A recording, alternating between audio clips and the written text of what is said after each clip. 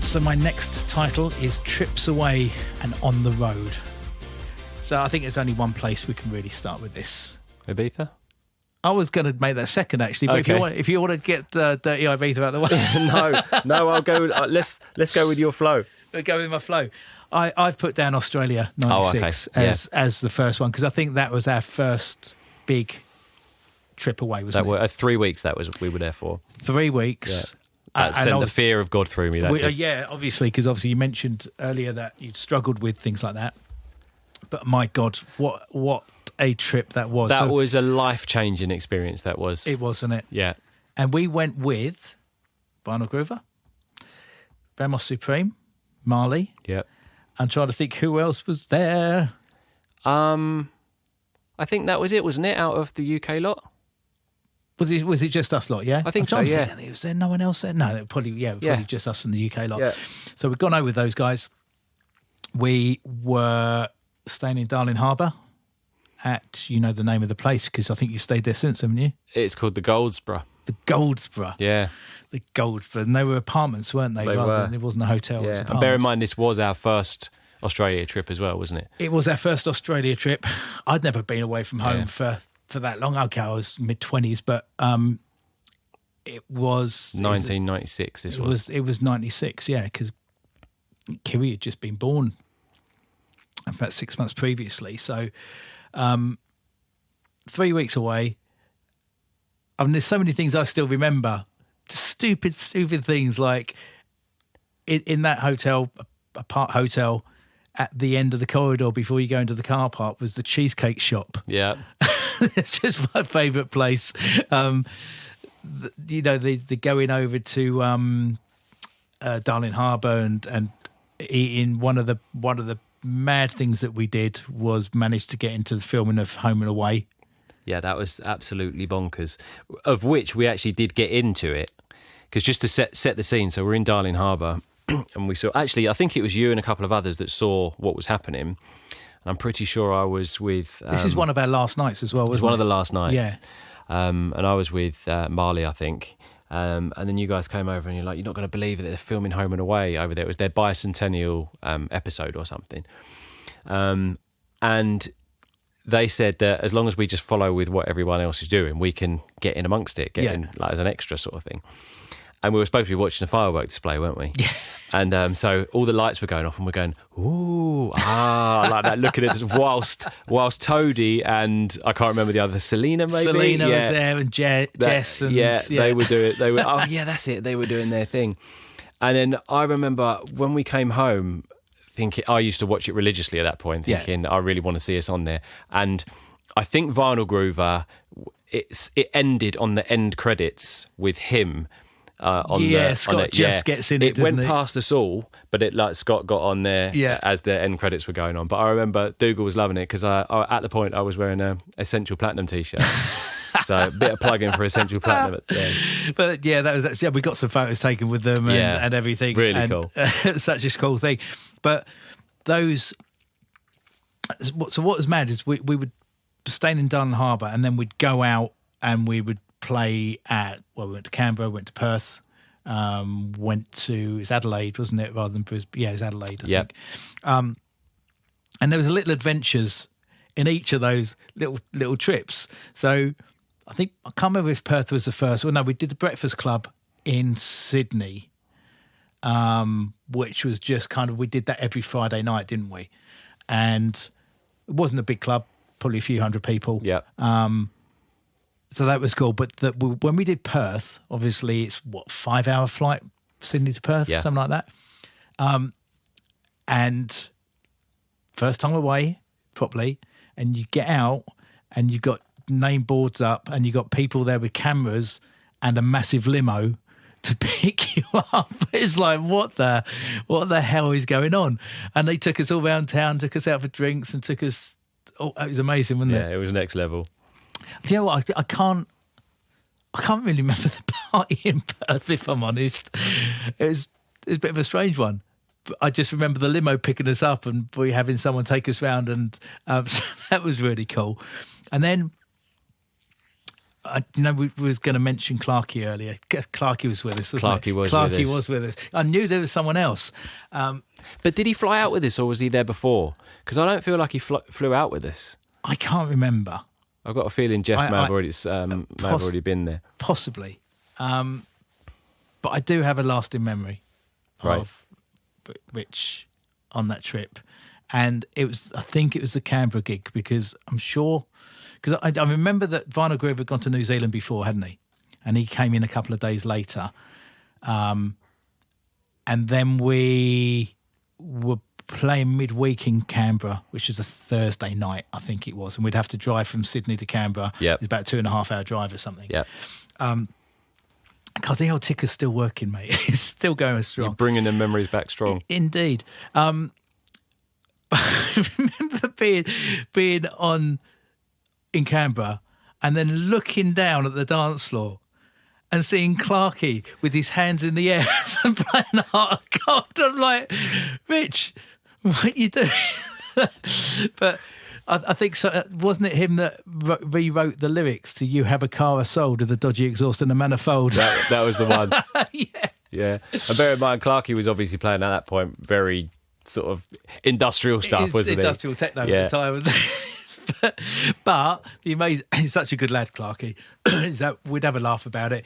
He had his own thoughts on hardcore. None of us were particularly enamoured by the really banging techno, but we was all good mates. Yeah. And we'd just have a laugh and take the mickey out of each other, and that's just how it was. Absolutely. And it just made it for better times, really. But there was, I'm just trying to think.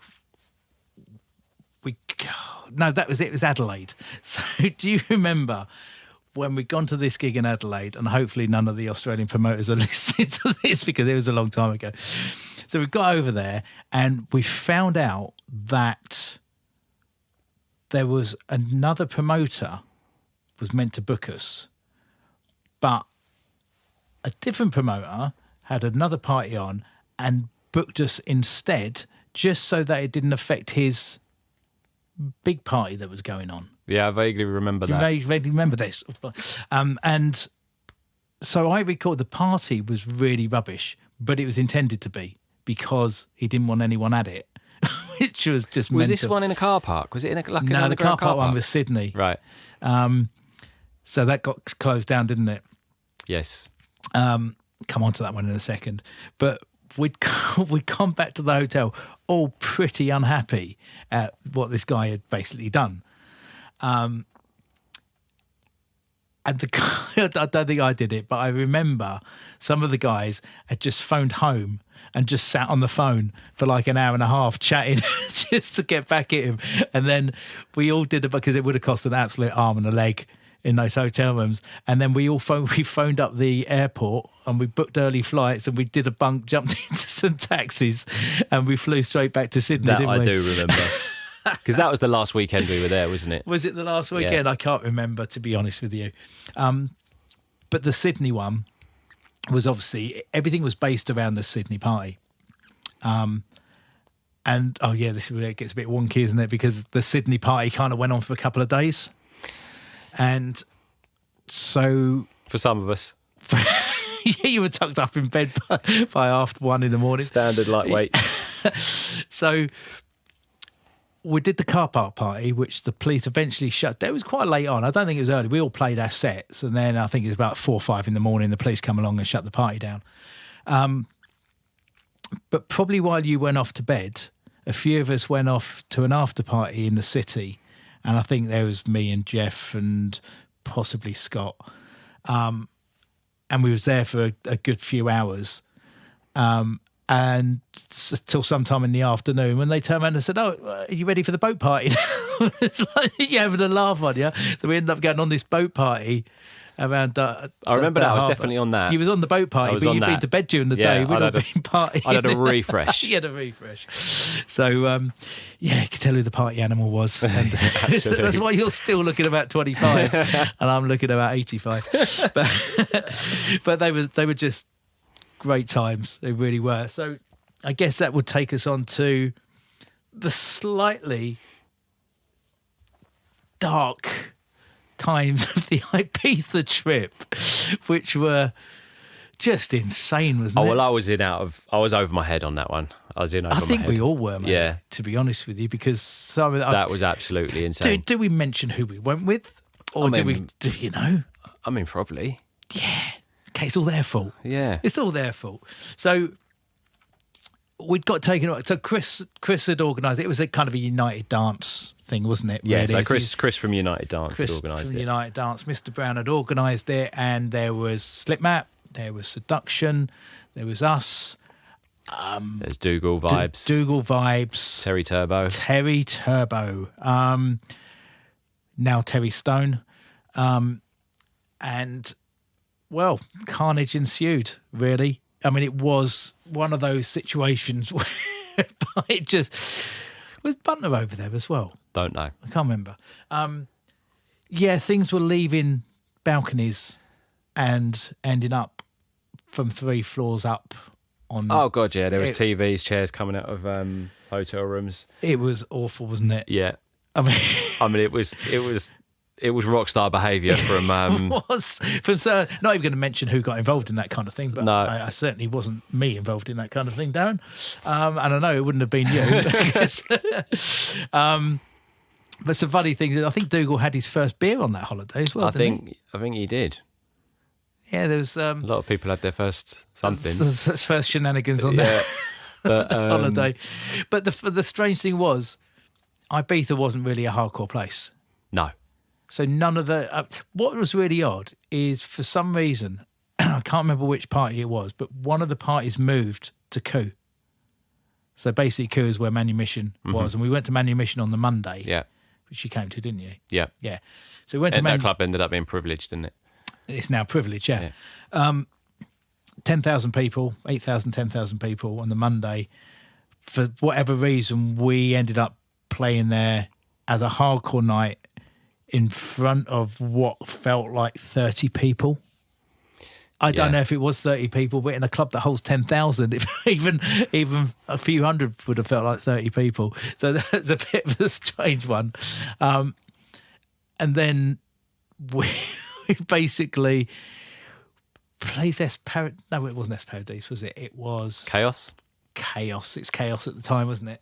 It was Chaos. It was completely Chaos, because weren't we leaving directly from Chaos to go back and get the plane, because we've been there 4 or 5 days? Yeah. It was straight to the airport, wasn't it? I mean, I think Dougal was pretty lost in that trip, because didn't something happen to his picture in his room? I think a few rooms got smashed up, didn't they? And it just went. Do you know what my everlasting memory from that is? Is that the pain? Yeah, that as well. But we all went out on a pedalo, right? Do you remember that? It sounded very Only Fools and Horses, yeah. man. But the day before, Seduction and Vibes and a few of them, they'd gone out on jet skis, right, on in the sea. I seem to recall this, yeah. Yeah. And this was at that point where Seduction was wearing a Kangol hat wherever he went. Yes, he right? was, wasn't he? So he even wore it when he was on the jet ski. Right? Now he was out in the sea, and obviously he's going fast, and the Kangol hat just flew off, and he lost it, and he was absolutely fuming.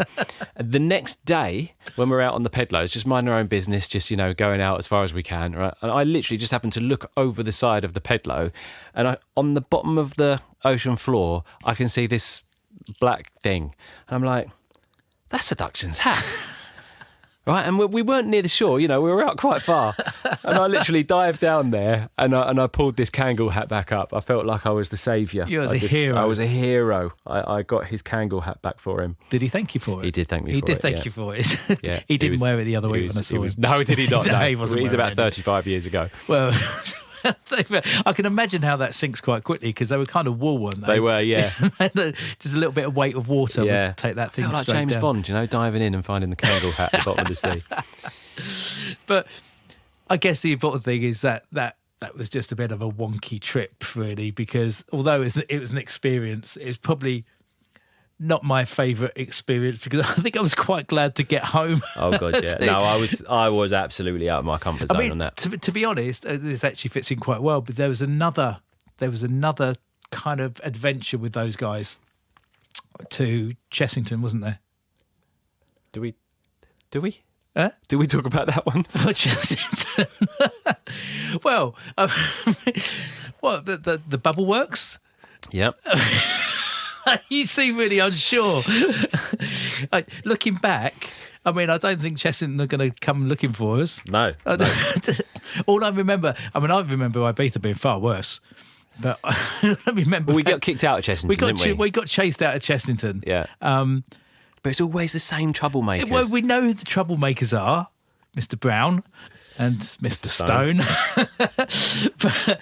but we was in the Bubble Works and certain people kept getting out of the little things the pod things you go around in, and thought it was funny just to go walking around the Bubble Works. Yeah. And obviously the staff took exception to this.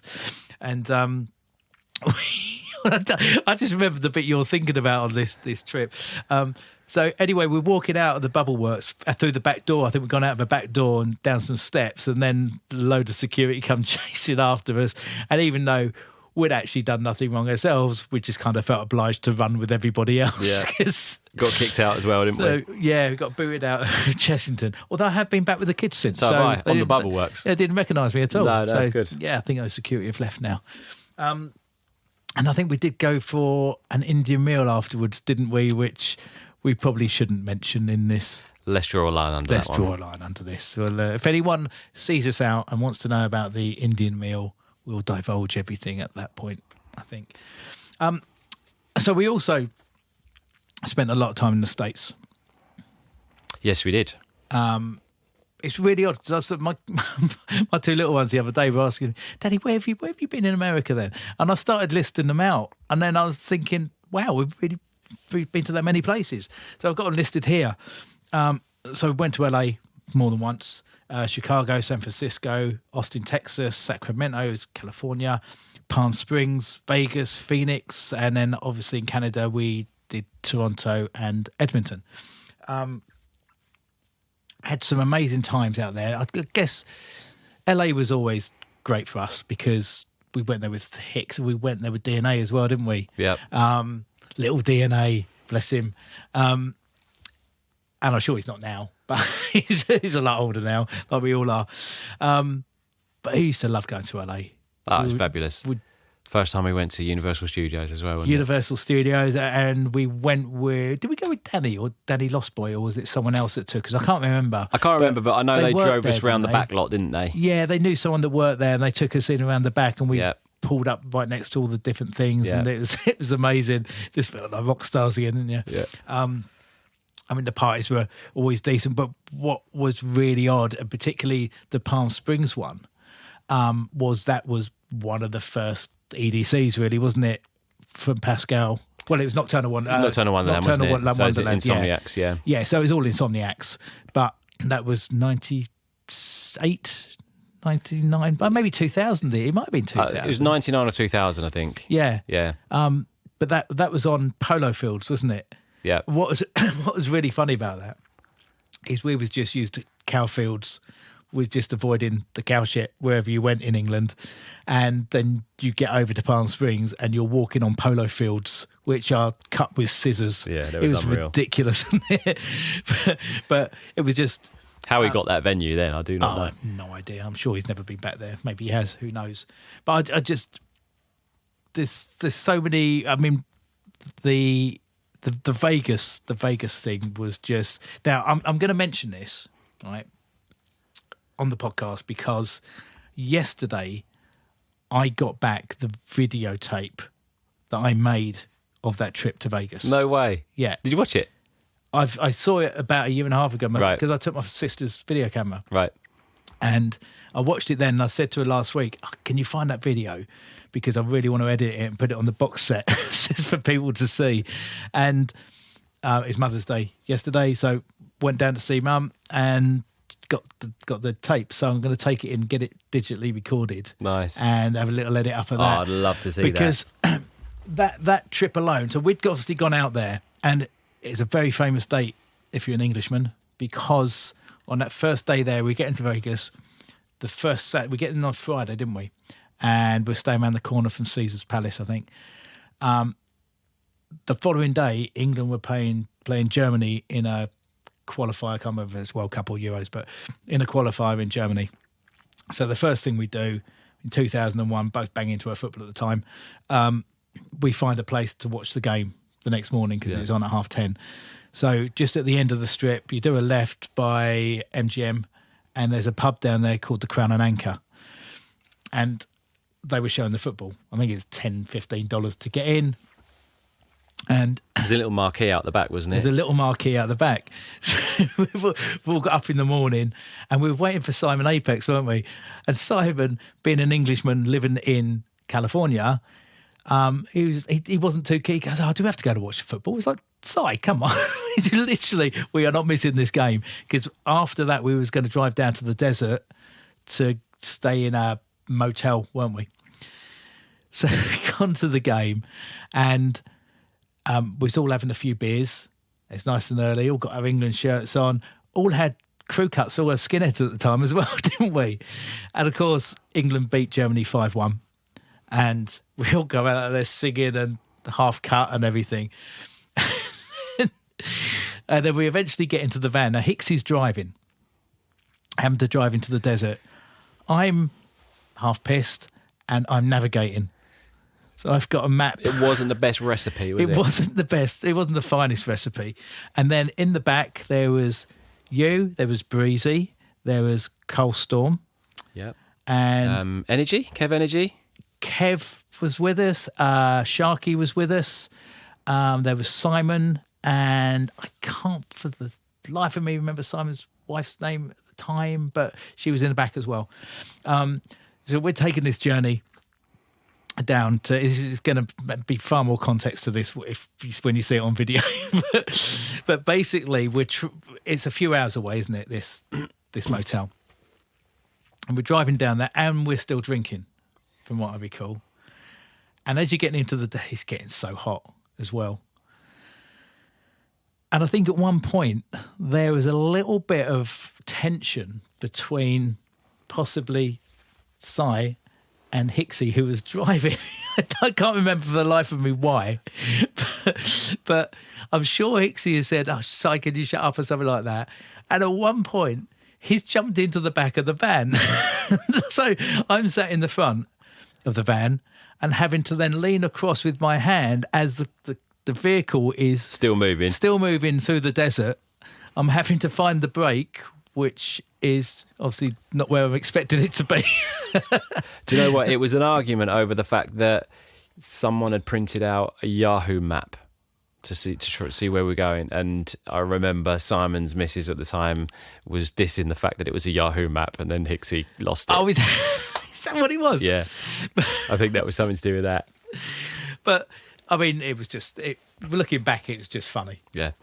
But one of the best things that comes up on the video, and when it's edited, it'll be really funny. But you got bits where everyone's just chatting, and bits where people are sort of getting a bit narky with each other, having a few more beers, and then all of a sudden we're all singing "Fly on the Wings of Love" in the van. in the van. And it's just quality. It is just comical. It's comic gold. Yeah. but that was another one. But what that did, we ended up in this motel, and there was times where when we stopped, and I'm still filming. I don't know why I kept filming, but I remember Kev walking past, doing some kind of strange kind of dinosaur movement thing. Just, it was completely random, but just so funny on film.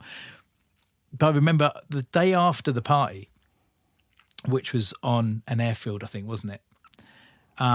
We had another day of doing nothing. And do you remember Scott Brown turned up because Scott had been staying somewhere else? And we was all around the pool, drinking again, I think, as you did in those days. And there, I don't know why, but we got music on and everything. And there was a plastic table. And for some reason, the top of this table was taken, the legs were taken off of it. And Carl thought it would be a great idea to surf the table on the pool. I remember it well. So I think he threw the table in top first and then took a run to land on the table. But he went down, his knee hit the tabletop. His knee went through the tabletop and the jagged, hard plastic just ripped his knee to shreds. There's blood everywhere in the pool. So that scene out of Jaws, wasn't it? It was like a scene out of Jaws, yeah. It wouldn't have looked out of place at Universal Studios just previously. But it was, I mean, I've watched that since, but it was a right mess, his knee, wasn't it? I need to watch that video. So as soon as I've got it recorded, which I intend to do this week, I'll get that to you straight away. So that was America. We had lots of fun in America. Even just visit. I mean, you get to do it all the time now, so it's probably old hat to you now, I guess, isn't it? Just going to the same places. I mean, you don't do any touristy stuff anymore. I do actually. Oh, you do? Yeah, I love going back to like Universal and Six Flags, all of those sorts of things. Okay. Yeah. So I never get tired of all of that stuff. Oh, fair play. Because I remember we didn't actually, because we was going to go to the prison, weren't we? Alcatraz. Alcatraz. Yeah. But it was raining and I think there was no...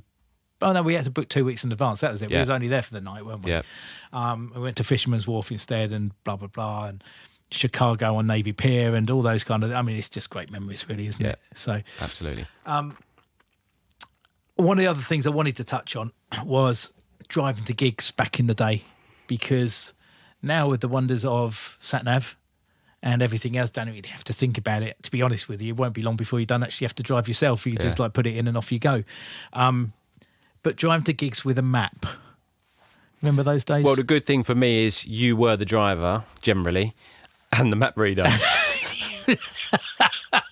I mean, you were 5 years my senior, so I pretty much left it all to you. But multitasking. Do you know? I often think about it these days because sometimes when I'm going to gigs in this country and I'm driving, I think, how on earth would I have found these back in the day by reading an A to Z if I'm in London, or just a general map going somewhere? I mean, I just don't know how on earth we found these, and we were on time to the gigs. Yes. So I mean, it's madness, isn't it? Yeah. That that was even a thing. It was a thing, but I mean, most of the time, the gigs were in places where there was no A to Z. It was, like London was A to Z. I don't think many other places probably had an A to Z, but you were just trying to have to figure your way through. Yeah. And I don't know how we made half of them, to be honest. It was.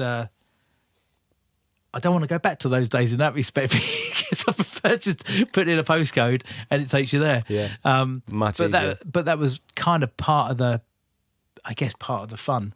It was, and we didn't know anything different, did we? So that's just how it was. No.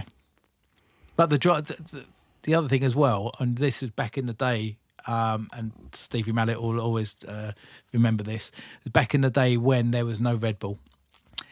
And so driving to gigs, well, we never, unless we were playing in Scotland or Ireland, there was no hotels, possibly Newcastle. So every time it was like you go and you come back, and on some it was like we'd do 3 or 4 in a night. So you'd inevitably, having left home at 5 in the afternoon and driving back at 6, 7, 8 in the morning, and which is bloody dangerous. And I remember Steve was with me. We'd done, don't know why you weren't coming to this one, but we'd done United Dance, and then we was drive to Morecambe, that dome thing. Do you remember that dome thing in Morecambe? But United Dance was leaving at 10, and Morecambe was 4 in the morning, I think, 3 or 4 in the morning. Just like driving up the M1. So we hadn't even got that far. And I just remember my head hitting the steering wheel. I'm quite glad I wasn't on Yeah, that. you're probably quite lucky. Maybe maybe it's a premonition. Yeah, maybe. But Steve always says he remembers like looking at me because he'd always look when I was driving. He'd looked and he'd just see my eyes like shutting and opening, and then bang, head hit the steering wheel. But we had to put in at the services, and I had to find the services that had coffee and Pro Plus. Yeah. Because there was nothing else No. to do. And the most annoying thing about that, we get to the gig and they closed it early. Oh, you're joking. Didn't even get paid. So No. I thought, yeah. Oh, my gosh. You risked your life for nothing. Risked my life for nothing. So, but that was what's so frustrating about gigs in those days. It was, Yeah. And we should probably point out as well that, back in those days, I don't think any of us out of the whole scene had management, agents. At that point, we were taking our own gigs. Slip Matt did or not? Yeah, it was a very... The drum and bass guys generally did. Yeah, it was a very different time back then. Yeah, and it was a lot of the time it's potluck. So there's that one time that we discussed earlier when we had 3 gigs, started in Stoke. We won't mention the promoters because that's probably not fair. But started in Stoke and didn't get paid there during the first set of the night. Drove to Morecambe for a completely different gig to the one I just mentioned. Didn't get paid there because, in fairness, the promoter said to us, "We haven't got anyone in. You can play, but I can't pay you." So we then went off to Sheffield. I think it was probably for Uprising, possibly, and we got paid at that one. But yeah, it was a risk you took. Yeah, and so we never earned a lot of money back in those days anyway because we had to split everything. But when you're doing 3 gigs, you're traveling all night and you're getting paid for one of them. It's not good. No, it's tough. It's not good. Yeah, there was definitely some tough times. And you have to remember as well that, the money the DJs were earning back then, even though, there's some big names out there, it wasn't that good. It wasn't good at all. No. Financially from the DJing point of view, and obviously for a double act, obviously you're having to split it as well. But there is, hardcore above everything else. There's a lot of people that don't like the fact that there's agents involved and things like that. But it just goes to prove there has to be because they're there for a reason. They're there for a reason. Yeah. If you're not going to get paid, don't think I'm coming to do your gig because that's just not on. Yeah. And having to go through that in the early days of doing multiple gigs and not getting paid in one night. Yeah. Got every reason to go, enough's enough. Yeah. I'm not going to do that anymore because that's not really on. And one of the other things as well was the games we used to play in the car to pass the time. Babylonian Ballcock Shop. One of the gems. We spend hours playing that, literally starting with A and then go. I think we've even got through the alphabet 1.5 times, possibly. We've become so good at it. Yeah, to Doncaster and back, I think that one was. To Doncaster and back. And the funny thing was, about 2 weeks later, someone would go, recite Babylonian Ballcock Shop. Yeah. And we could remember it as well. Yeah. I don't remember it now, but, it's 27 years. I certainly don't remember it now. You don't remember what you did yesterday, but... So, yeah, that was about that. Do you remember?